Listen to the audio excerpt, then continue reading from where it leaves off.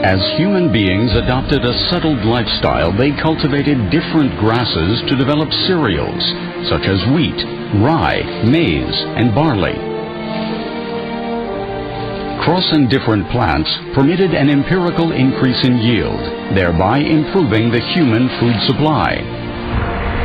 Gregor Mendel opened up new, systematic methods of modifying plants genetically, thus making a wide variety of food sources accessible.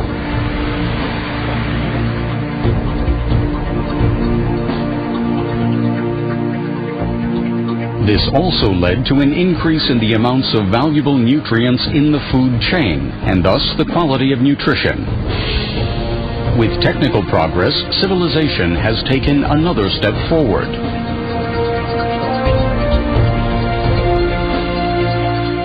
As a result of medicine and its successes, the average age increased in the 19th and 20th centuries, and acute and preventative measures brought about decisive improvements in health and the quality of life. The extremely rapid development of molecular biology gave rise to the first generation of human therapeutic proteins for substitution therapy in medicine. The classical products are insulin, human growth hormone, interferon alpha, tissue plasminogen activator, and erythropoietin. It is now possible to adapt these biopharmaceuticals by specific modifications to therapeutic requirements.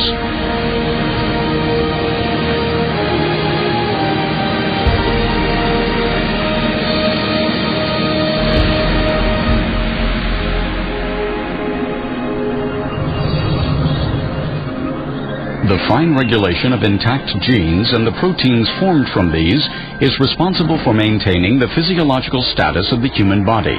The correct nucleotide sequence is required to ensure the correct amino acid sequence in the protein molecule.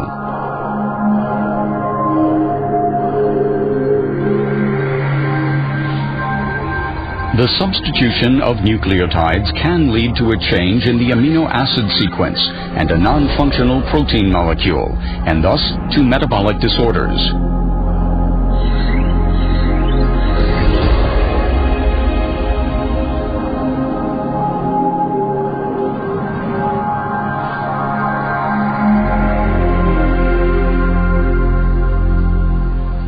Genetic engineering permits the isolation of the genetic information for clinically relevant proteins produced in the body. Biotechnology makes use of microorganisms or cell cultures to produce these protein molecules in their native form. This has become possible in recent decades as a result of innovative manufacturing procedures and investments in production facilities.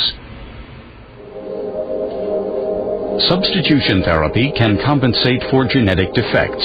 It can keep people alive, and it can improve the quality of life. Between 1982 and 2005, the first generation of biopharmaceuticals enabled enormous progress to be achieved in therapy.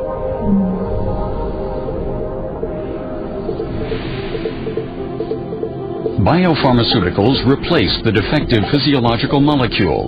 For example, during fibrinolysis, plasminogen attaches itself to the fibrin strand and is activated by tissue plasminogen activator. This leads to lysis of the thrombus.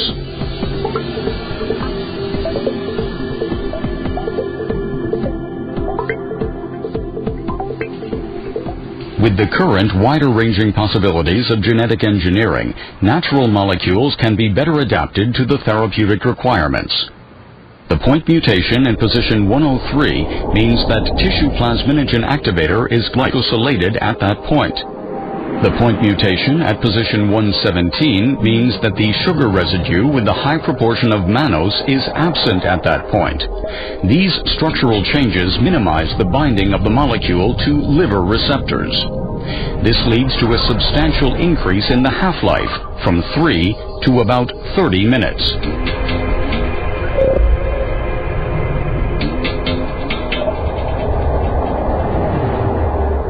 The amino acid sequence 296 to 299, lysine, histidine, and 2 arginines has been replaced by 4 alanines. PAI-1 resistance is increased and fibrin specificity improved, while the fibrinogen level is maintained. The minimal changes to the native structure in the TNK-TPA molecule explain the absence of any substantial antigenic potential. TNK-TPA is the only single bolus thrombolytic that offers patients the earliest possible treatment. At the Vienna facility, immunology and oncology research has made crucial advances in the use of immunotherapy with monoclonal antibodies through the neutralization of antigens and tumor receptors, albeit at high therapeutic doses.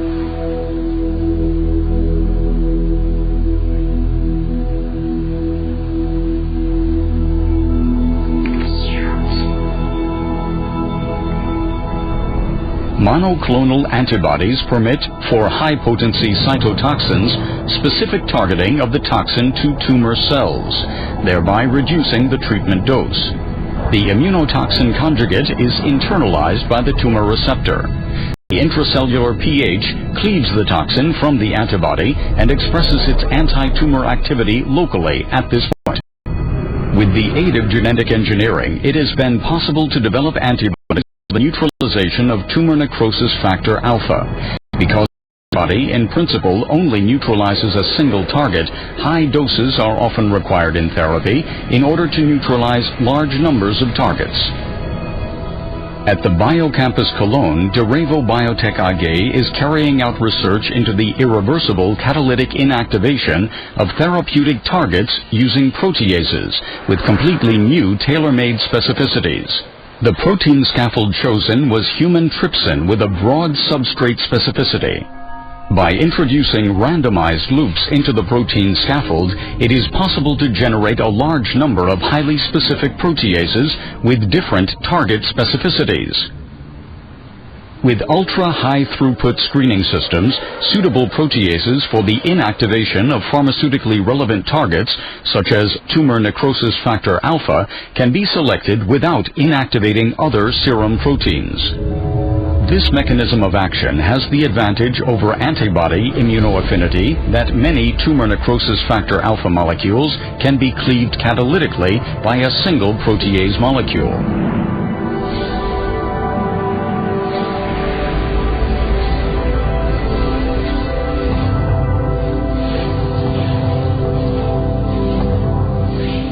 The pro-inflammatory activity of tumor necrosis factor alpha in inflammatory cells is effectively suppressed by the catalytic degradation of tumor necrosis factor alpha.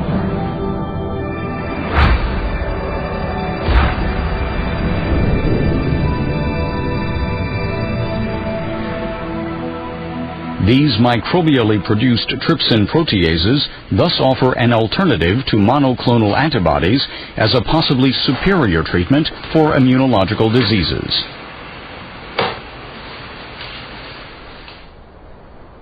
Skill Proteins GmbH in the Halle Science and Innovation Park is engaged in the generation of artificial binding proteins. The protein scaffold chosen for the production of so-called aphelin molecules is gamma crystallin. This is a small and extremely stable structural protein from the lens of the eye, where its purpose is to refract light. By making targeted changes in the amino acid sequence in the beta-pleated sheet while the tertiary structure is maintained, the protein scaffold can be given high affinity for selected targets. In this way, high-affinity binding proteins with low dissociation rates can be produced. Because of their low molecular weight of only 20 kilodaltons and the absence of disulfide bridges, aphelins, unlike monoclonal antibodies, can also be used to neutralize intracellular targets.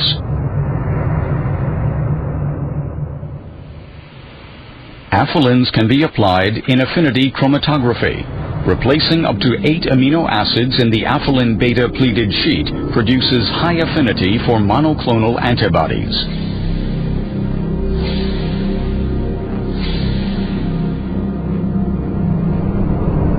The physico-chemical properties of aphelin proteins, such as pH and temperature stability, support its use in the purification of monoclonal antibodies.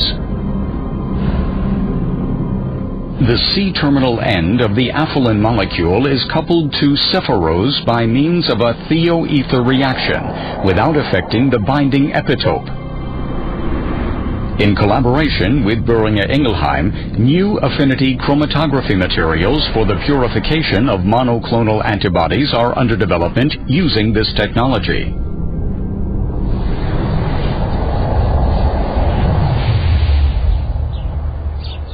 Pyrrhus Proteolab AG, a biotech startup company located at the Weihenstephan Research Campus near Munich, has developed the anti-kalin technology, providing a novel class of therapeutic proteins. Natural members of the so-called lipokalin protein family are present in almost all organisms, where they serve to ensure the transport of metabolic substances.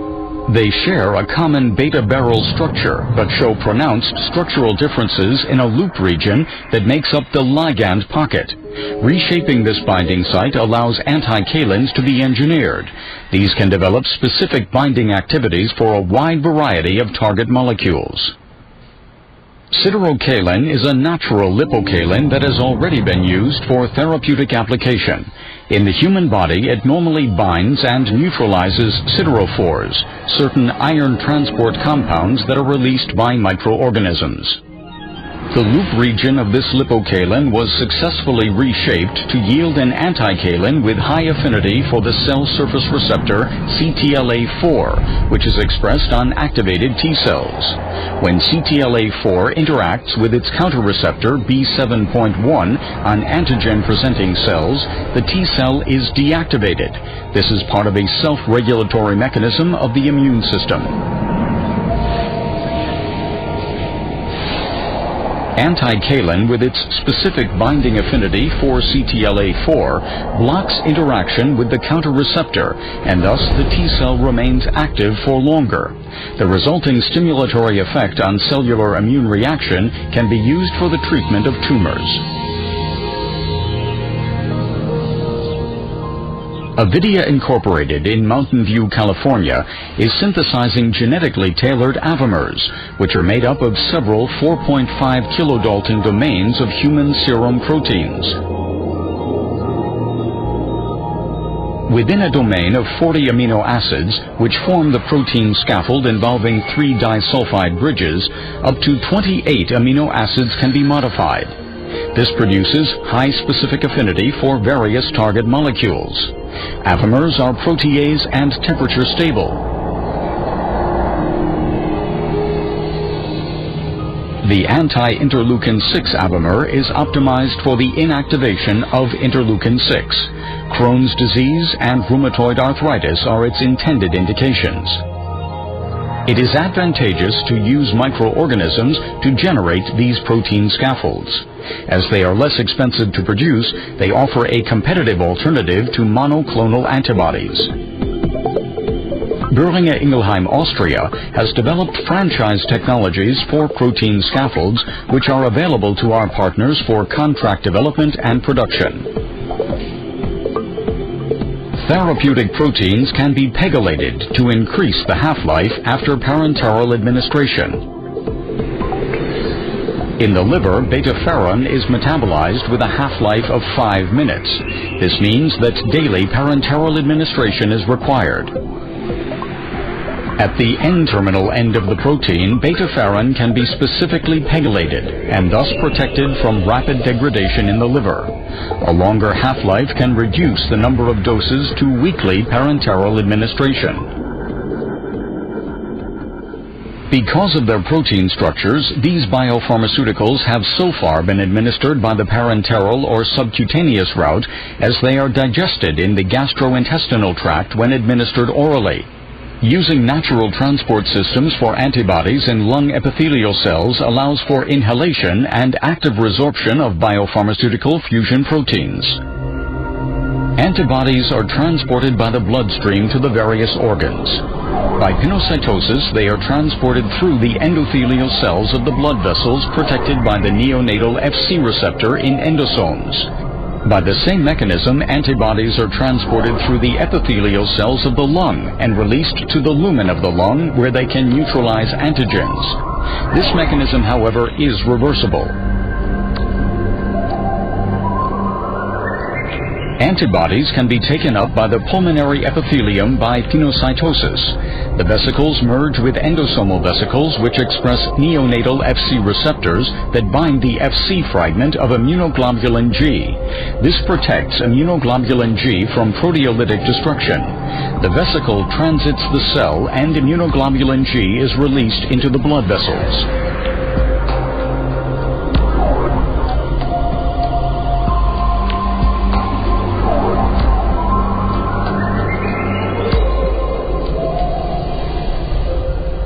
In Waltham, Massachusetts, Syntonix Pharmaceuticals Incorporated uses this natural absorption mechanism for the delivery of therapeutic proteins.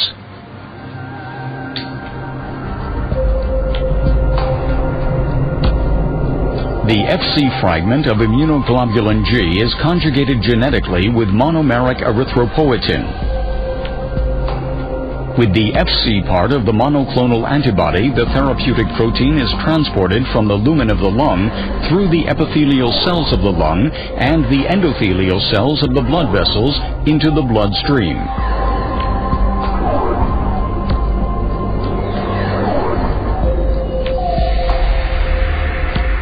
After inhalation, the erythropoietin Fc fusion proteins are deposited in the upper and major airways, as demonstrated by scintigraphy, where the specific absorption via neonatal Fc receptors leads to a bioavailability of 35% on average. This non-invasive administration provides a potential therapy for chronic diseases. Biocerentalk Incorporated in Kyoto develops innovative drug delivery technologies for oral administration of therapeutic peptides and proteins via a gastrointestinal mucoadhesive patch system called GMAPs.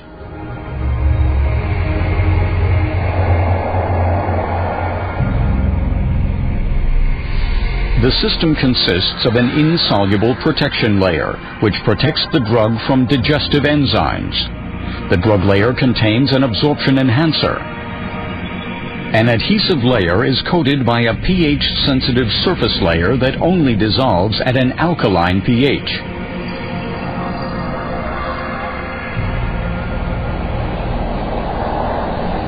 The GMAPs are administered via gelatin capsules. This protects the drug from acid degradation in the stomach.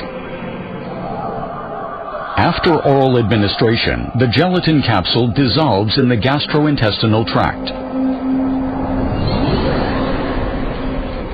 At the target site of the small intestine, the surface layer of the GMAPs dissolves and the adhesive layer adheres to the intestinal mucosa, allowing for optimal contact for absorption.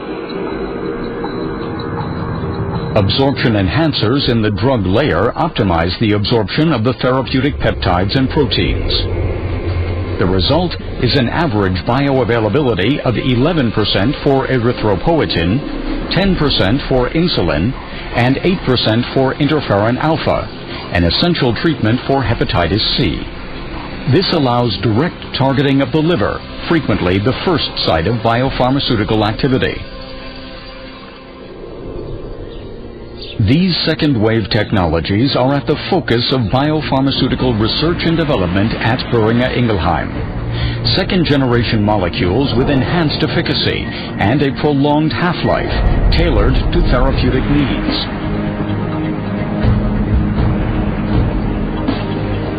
Protein scaffolds with catalytic activity for therapeutic targets. Neutralizing protein scaffolds such as anticalins, avomers, and aphelins.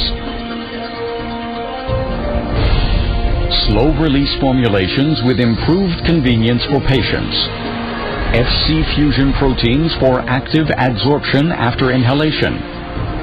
GMAPs for oral formulations of therapeutic proteins targeting the liver.